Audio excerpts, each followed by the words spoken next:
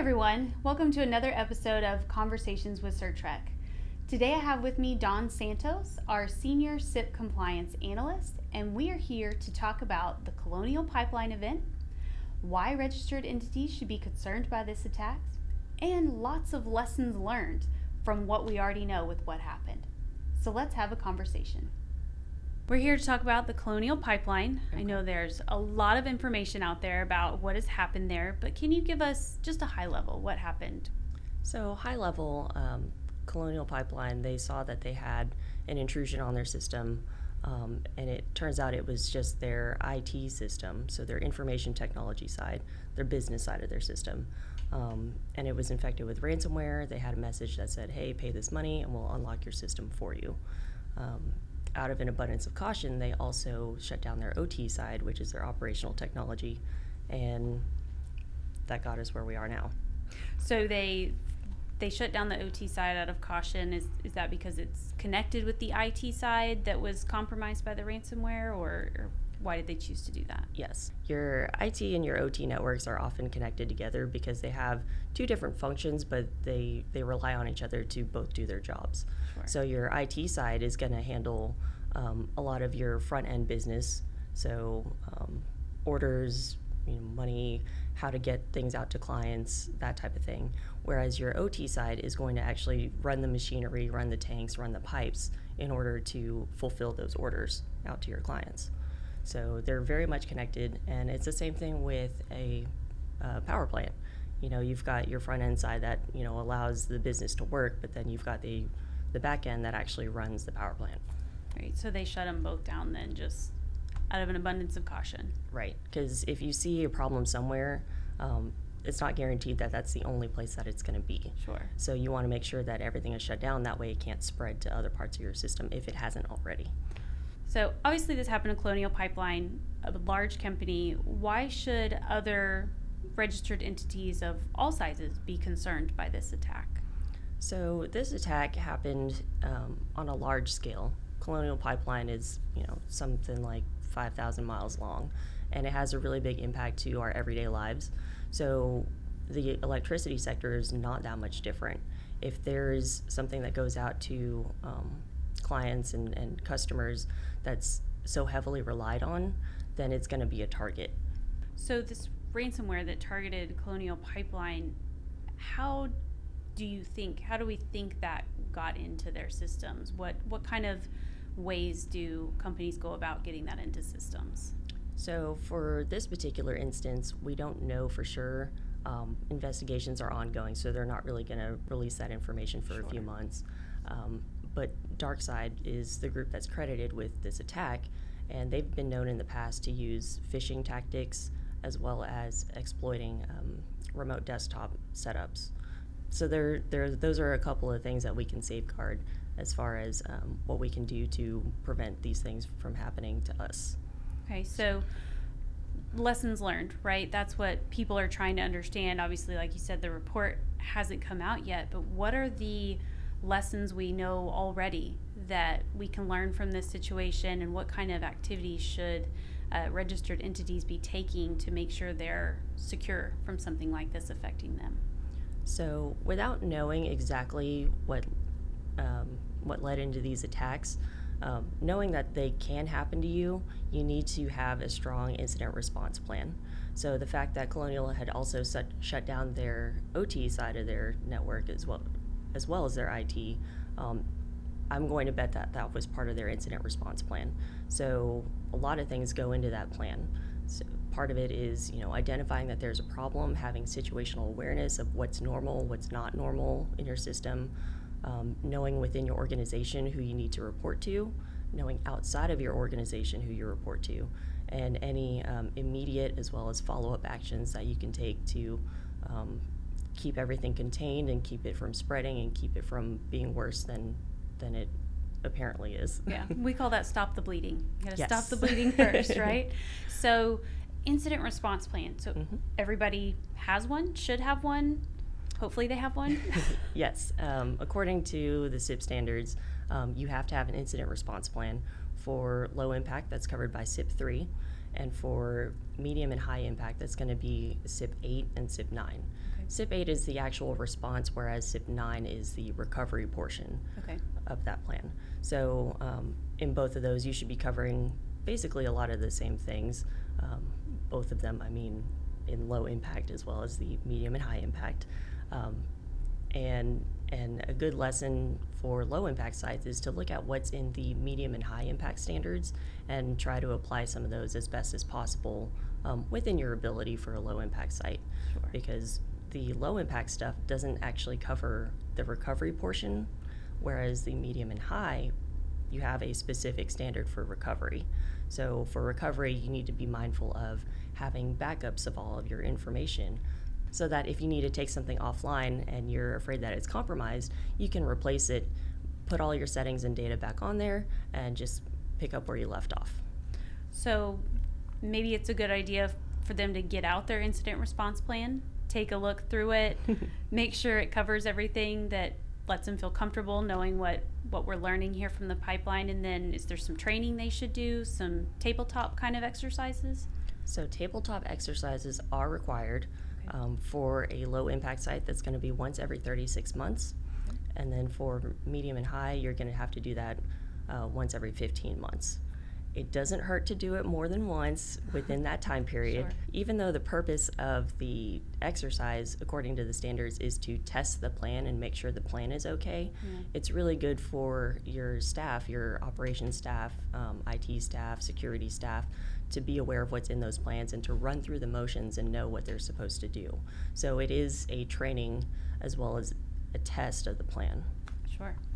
So incident response plan, that's a really good lesson learned. People need to pay attention to theirs, be familiar with it. What other lessons learned do you think are out there?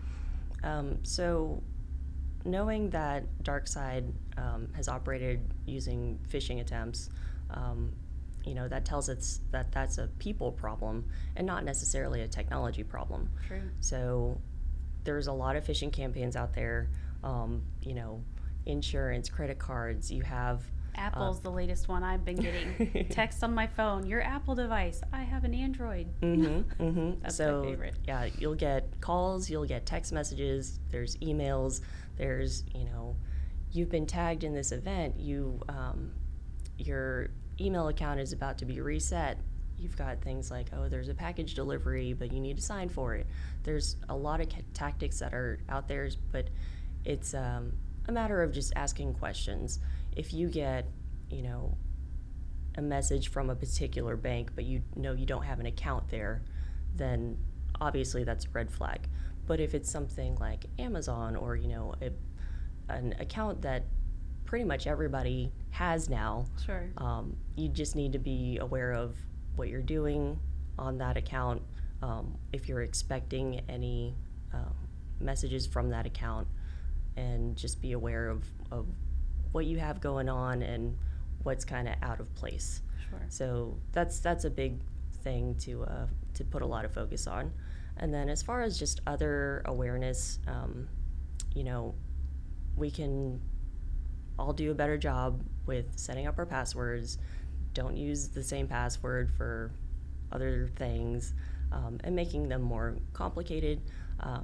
There's also the idea of a passphrase instead of a password, a line out of a book or a song, something that's a lot longer, because those are going to be harder to crack. Sure. Oh, I hadn't heard that before. That's interesting. I use a password management tool to help me manage my passwords, and that's been really great. Right. That's a great tool to use, because if you're going to have a different password for everything that you use, it gets complicated. Yeah. We're not going to remember all those things, especially if you have, uppercase and lowercase and all that kind of stuff in your passwords. So definitely take advantage of those tools. Make sure all your passwords are different, secure, all of that. Absolutely. So you mentioned that we humans, people, we're the greatest vulnerability, or one of the greatest vulnerabilities, I think, for IT infrastructure, specifically around phishing. So what are some key things we could do ourselves in looking at emails? Are there key things we could look at to help us have that questioning attitude you were talking about? So there are a few things. A lot of companies will have a banner across the top or the bottom. It's a big warning stamp that says, this is from outside of your organization. Yeah. That's a big one because sometimes you have people that spoof email addresses. So it might look like it's coming from somebody inside your company, maybe your boss or your coworker, and it looks like that, this is something that's safe to click on. But if it's got that banner on it, you have to question, okay, where did this really come from? Sure. And then another thing, obviously check the email address.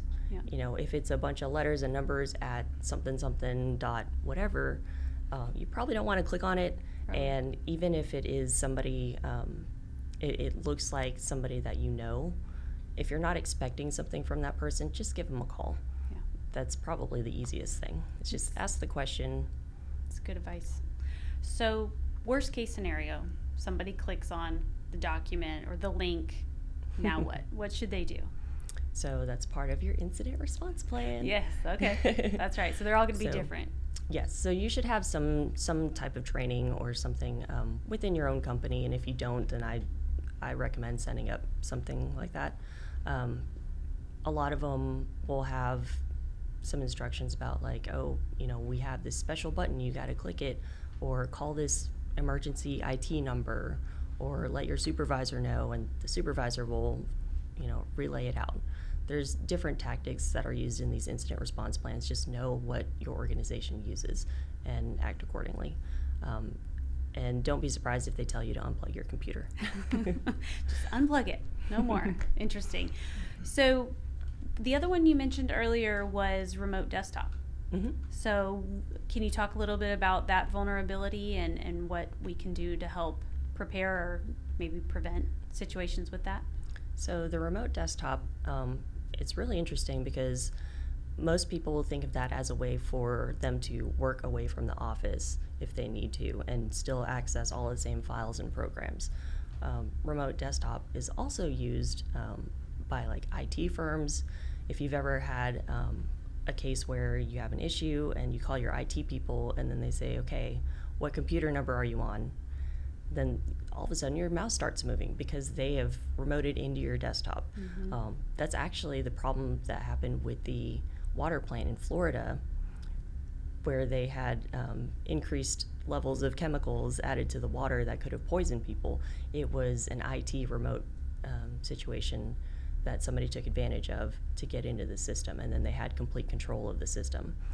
You want to safeguard those applications and that functionality. And a big way to do that is you can use multi-factor authentication. So two-factor is pretty common.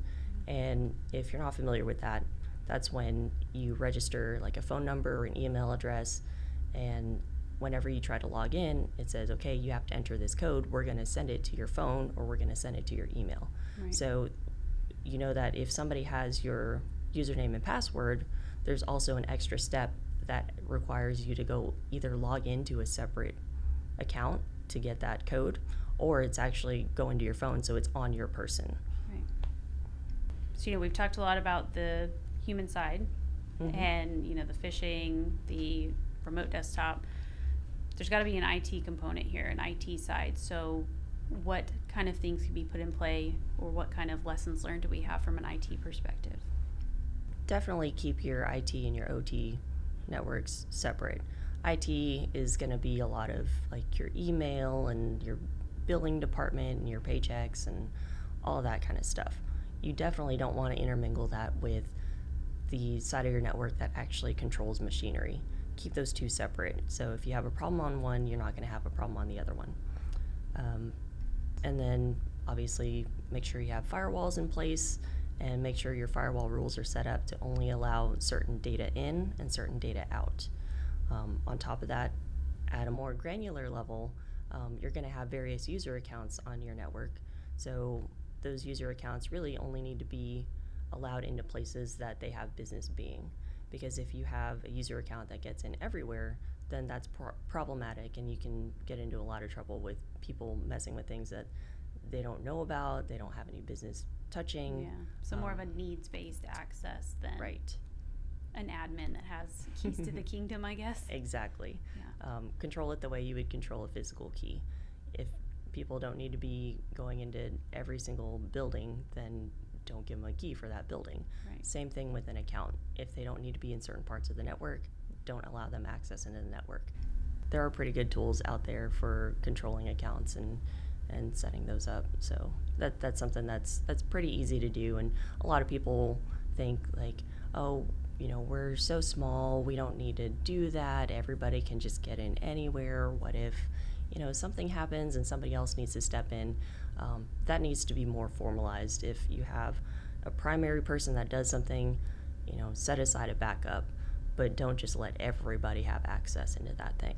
So they would formalize that in like a procedure, or how would they formalize that process? Yes, you would put that in a procedure for sure. There's typically like a roles and responsibilities section of a procedure, and that'll tell you who's responsible for doing such and such things. Sure. And then if you have, some sort of delegation, that will usually be formalized in the procedure, this person or their delegate.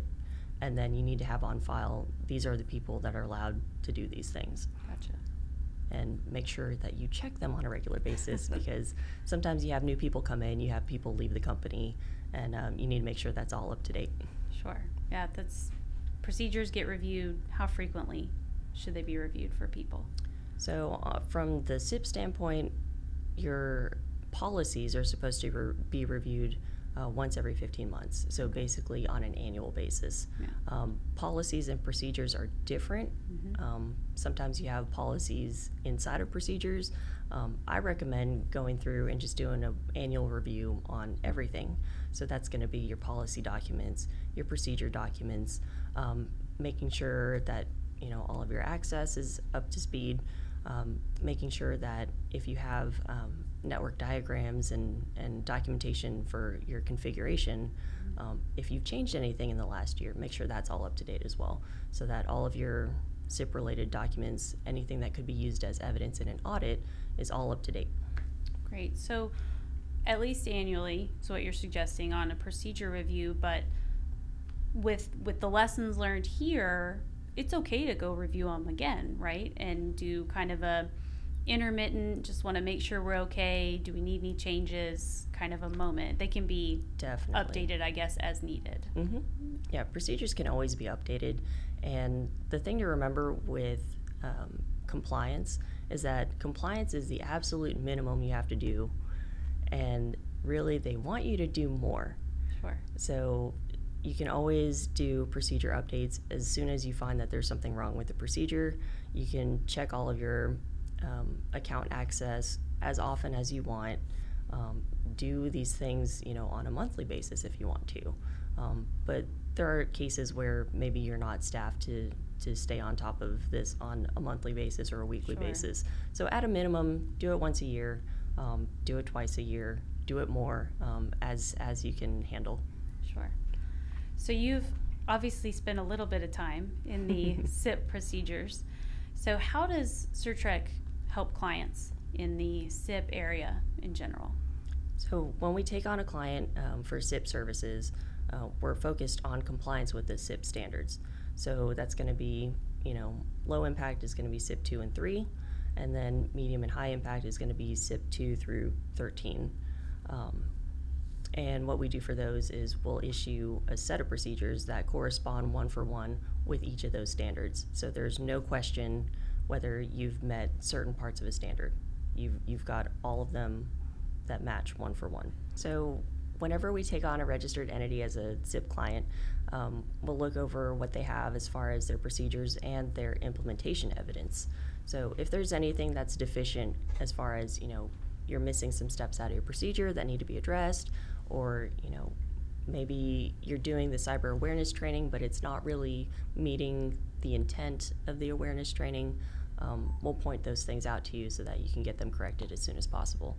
And we can help you also by, including, we can issue a new procedure if you want, or we can draft up something maybe that you can insert into your procedure. We can put together some material for awareness training or review documents and just kind of give you some comments back on how to improve them. There's various ways that we'll support deficiencies that we find that we think could be problematic in an audit. So it's just a good third-party review of what they currently have in play, and we'll tell them gaps and how they can mitigate any of those gaps. Yes, so third party is a good way to put it. Okay. Ultimately, the registered entity itself is the one that's responsible for making sure all of these things are in place. Right. We can help. I guess you could see as kind of like a coach. Ultimately, the coach is not the one that's playing the game, but we're going to help you practice. We're going to help you point out where you can improve your form, help you strategize. Really, we're here to help you play at the top of your game, but we're not here to play the game itself. Right. Well, Dawn, thanks for coming in and talking with us today. I know you're quite busy out there with all your CIP fun that you're having, and it just keeps changing and getting bigger and bigger. So thanks for coming in. You're very welcome. Thank you for watching Conversations with Certrec. For more information or details on how we can help empower you with Certrec's products and services, feel free to email us at support@certrec.com or give us a call at 817-738-7661 and we'll get you connected with one of our experts.